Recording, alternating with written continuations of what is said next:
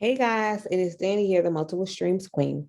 So I want to come back and we are just kind of going through teaching you about how to start your Airbnb business, right? First video, kind of talk about some mindset, figuring out your why. The second video kind of broke down some common definitions, subletting versus rental arbitrage, corporate leases, and kind of what that means. In this video, I want to talk to you about actually starting your business, right? Look like a business, act like a business, be a business, right? Um, and you're going to be starting a business whether you know it or not. A lot of people feel like Airbnb is a side hustle, and it can be a side hustle, right? But again, if you treat it like a side hustle, it will pay you like a side hustle, right? When I hear that word side hustle, I just that side hustle doesn't feel like something that you really take seriously, right? It's just something that you do on the side because you're kind of good at it. You kind of make a little bit of money, but you can pay a bill here or there, but it's just a side hustle, right? This is my full-fledged business. Okay. I was able to retire from my nursing career, my six-figure nursing career. And also, I am up to 38 leases right now. Right. So we got 38 leases that we hold leases to in our business. Okay. I've been able to help hundreds of people directly or indirectly start their Airbnb or short term rental business. And so I decided to create this channel, Multiple Streams Queen, to kind of guide and help other people along this journey. I decided to do a free course because there's hundreds of courses out there, right? You're probably like, you don't know whose course to get. You get a course and you're like, oh my God, I feel like I wasted my money. So I was like, I'm not going to sell a course. I'll just do it for free. I get so many DMs and emails asking questions. And so I try to answer the questions here on the channel because I'm sure that somebody else has the same question. So let's talk about structuring and starting your business. Like, what does that look like? In order to do the rental arbitrage method, you have to have a business entity. And I kind of talked to you in the other video about what business entities are. They can be LLCs, which are limited liability companies. Sole proprietorship wouldn't be considered a business entity that you can use to obtain a corporate lease under, right? S corporations, C corporations, even nonprofits, right? But I'm not a business attorney, not a lawyer or anything like that, or a CPA, but nonprofits. I wouldn't start a nonprofit with the idea that I'm going to start a short-term rental or Airbnb business that you think that you can just take the profits willy-nilly how you want to, because you can't. You start the nonprofit, and just because you founded the nonprofit doesn't mean that it's yours and all the money that comes in is yours. So it's not really something that I would recommend people starting a nonprofit to do their short-term rental or Airbnb business. So you'll likely be starting an LLC, which is a limited liability company, a S corporation, or a C corporation. If you're confused on which one to start or which one to not start, typically a lot of people start off with LLCs. And again, this is just for educational purposes. I am not here to give you any type of legal advice, but I started with an LLC, a limited liability company, right? And you can get an LLC from your Secretary of State in whatever state you're in. So like I'm in Maryland. I can go to the state website and the Maryland Secretary of State website, and I can literally register my business, register my LLC. If you're in Florida, you can go to Florida Secretary of State website and you can start and register your business, right? I'm not telling you to go run off and get an LLC. Educate yourself to kind of figure out which one works for you or makes sense for you. S corporations and C corporations, they can absolutely work, and you can absolutely make some, good money. But the advice that I was given from my CPA was basically like, if you're going to do like a S Corp or C Corp, you want to make sure your business is making at least 50 grand a year or enough money to be able to pay employees. And you can be an employee of your business entity if you're making enough money. But don't go and start an S Corp or C Corp and you're not making enough money to pay anyone a salary. Again, this is educational purposes. So I don't want to confuse anyone. If you are confused, consult with a CPA or a business attorney to get some more clarity. There are also a lot of free resources that can give you information on different business entities. But LLC, S Corp, or C Corps are different business entities that you would actually need to have in order to even do the rental arbitrage model and have your business lease the properties for your business operations, right? So Secretary of State website is where you can start your business entity. There are different websites that you can go and you can have companies just do it for you if it's something that confuses you, right? If you're not sure if you're going to do it right, there are different resources that you can use and people that will do it for you. There was one that I used that I won't recommend. They did it and they charged me like $600 and they still didn't even do it right. And it's very popular, begins with the letter L. I won't say their name because I don't want to give them any advertisement. But anywho, you need your business entity. You would need an EIN, employee identification number, which is free on irs.gov. You should not be paying for that number. It's free. You would need an EIN, right, to be attached to that business entity. Let me give you a word of advice.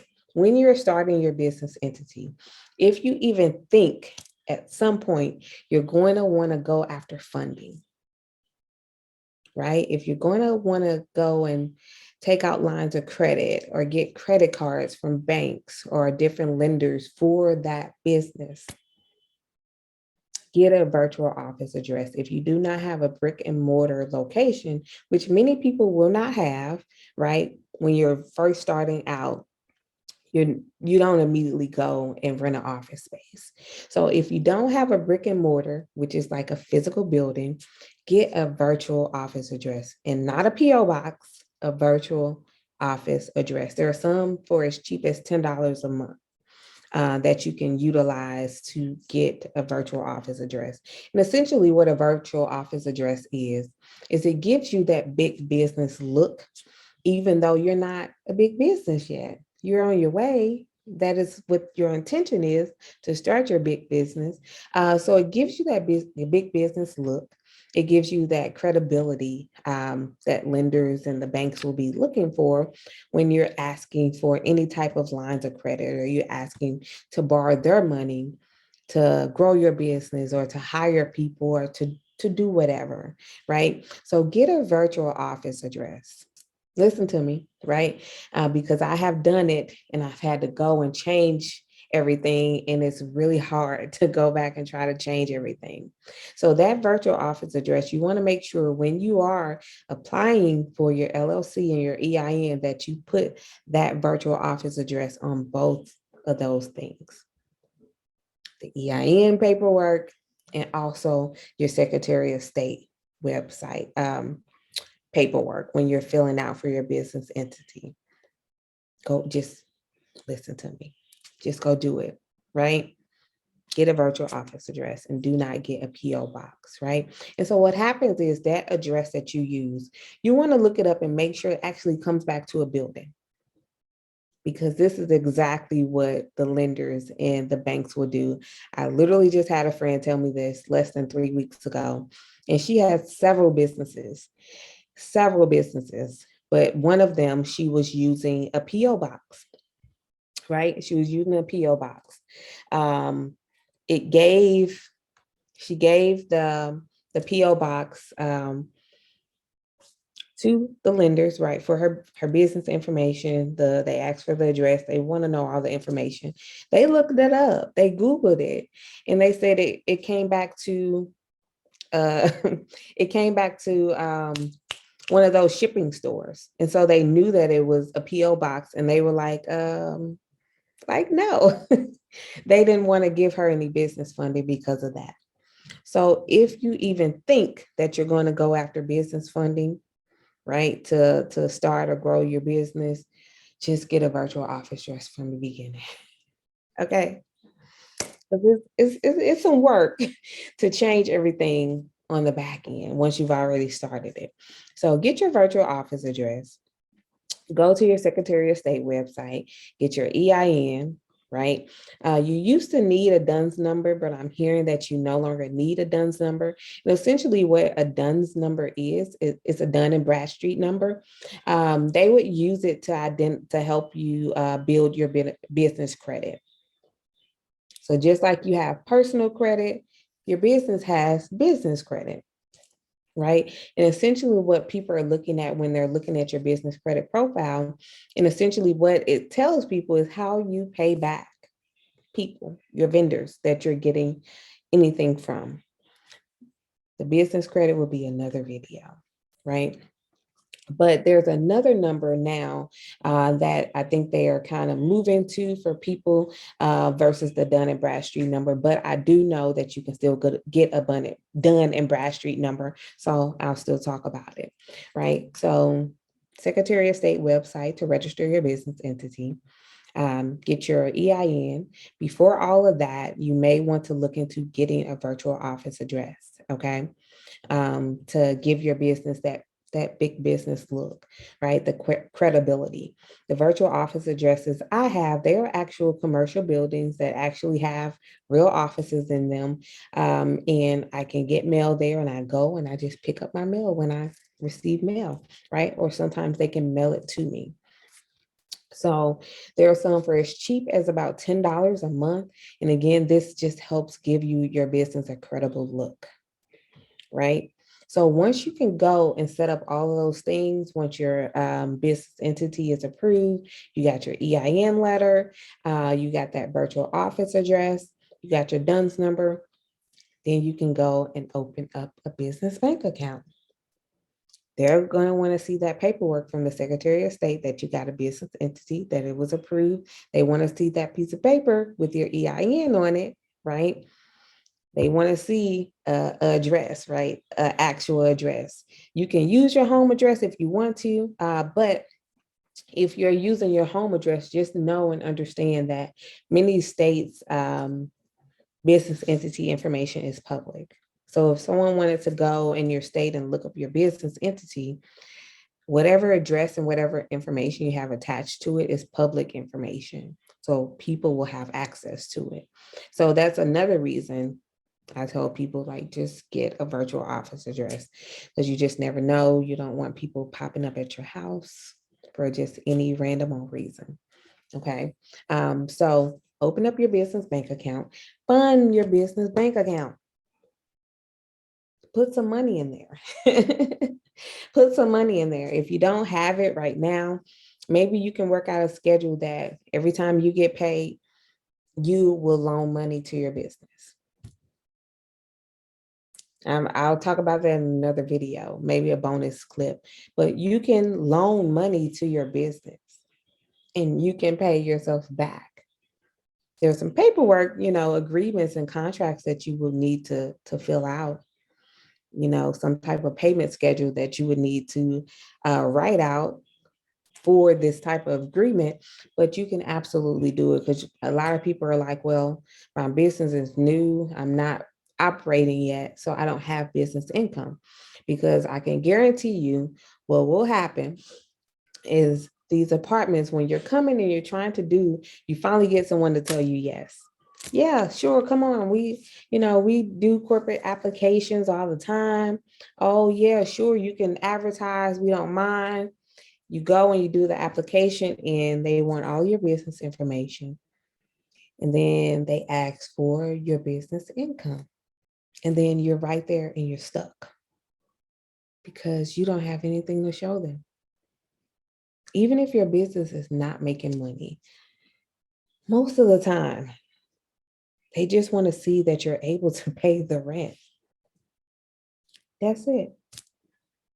But if you got something in there, if you have something in there to make them feel secure that you have the capability to pay the rent, That will make people feel secure.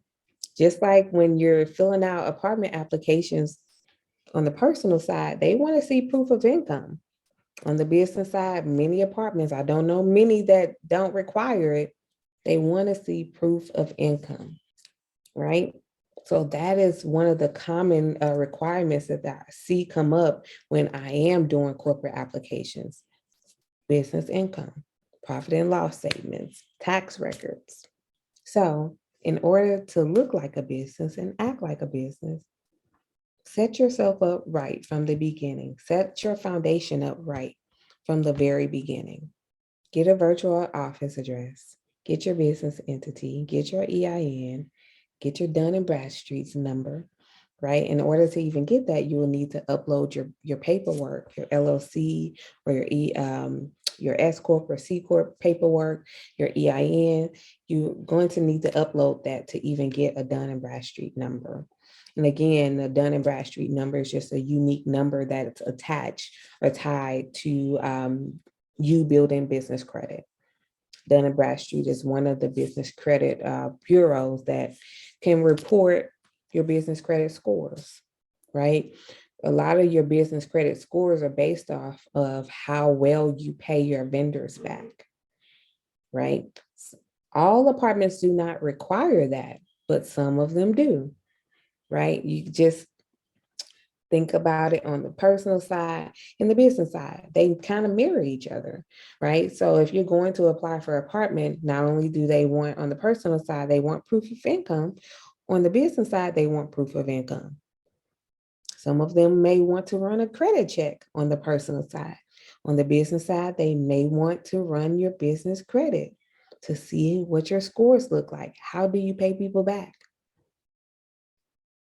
On this side, on the personal side, they may want some references, right? They may want some references. On the business side, they may want some references from you, right? That can be your accountant. That can be some of your business credit vendors. In another video, I will talk about business credit for you, right? So they kind of mirror each other, and it's really just for the apartments to protect themselves. They want to make sure that they are renting this place to someone who's going to be responsible and someone who's going to pay the rent, personal or business. That's it. They want to protect their investment, right? So understand when you come in there and you're looking like a business, you got all your foundation set up, you got some income, you got a little cushion, right? Just in case, because remember, once you get the yes, it's time to move forward. You got to furnish your place. You should have some type of cushion just in case there's some delays and you can't get it listed in time and you don't make enough money to pay the rent. Have some cushion for yourself, right? You got to furnish that bad baby. And again, just have cushion. So you need some type of money on reserve, because once you get the yes, you do the application, you get approved, it's go time. They're not going to hold that apartment for you for too long. I think the most I've seen apartment complexes hold apartments approvals for is like two to 3 weeks, and 3 weeks is pushing it. Once you get approved, you need to tell them, when are you moving in? They want that move in. So when you're starting this business, just know you're going to need some reserves. You're going to need some money on hand. And it doesn't have to be your money. Utilize other people's money. I'm not going to go too deep in this video, but act like a business, look like a business, treat your business like a business, and other people will treat it like a business. Be professional, conduct yourself with professionalism. But the number one thing is a business is in business because they are providing a solution to a problem. Identify what the problem is and what problem is your business solving. Any relationship, personal or business, should be mutually beneficial. How are the apartment complexes benefiting from doing business with you in your business? Yes, you're getting an apartment with them so you can run and start your Airbnb business. How are they benefiting from doing business with you? What is the solution that you're helping them to solve? So I want you guys to like really think about that. And probably in another video, I'll dive a little deeper, right? Because me understanding what my business is, the problem that my business is solving, not only for my guests, but also for this complex and this community that I'm providing a solution from. Understanding that has gotten me and my business partner a long way. Understanding the solution that we're bringing to them. Every business that is in business is solving some type of problem. This little lip gloss, this little lip chat. What problem is it solving? It's helping me to not have ashy lips.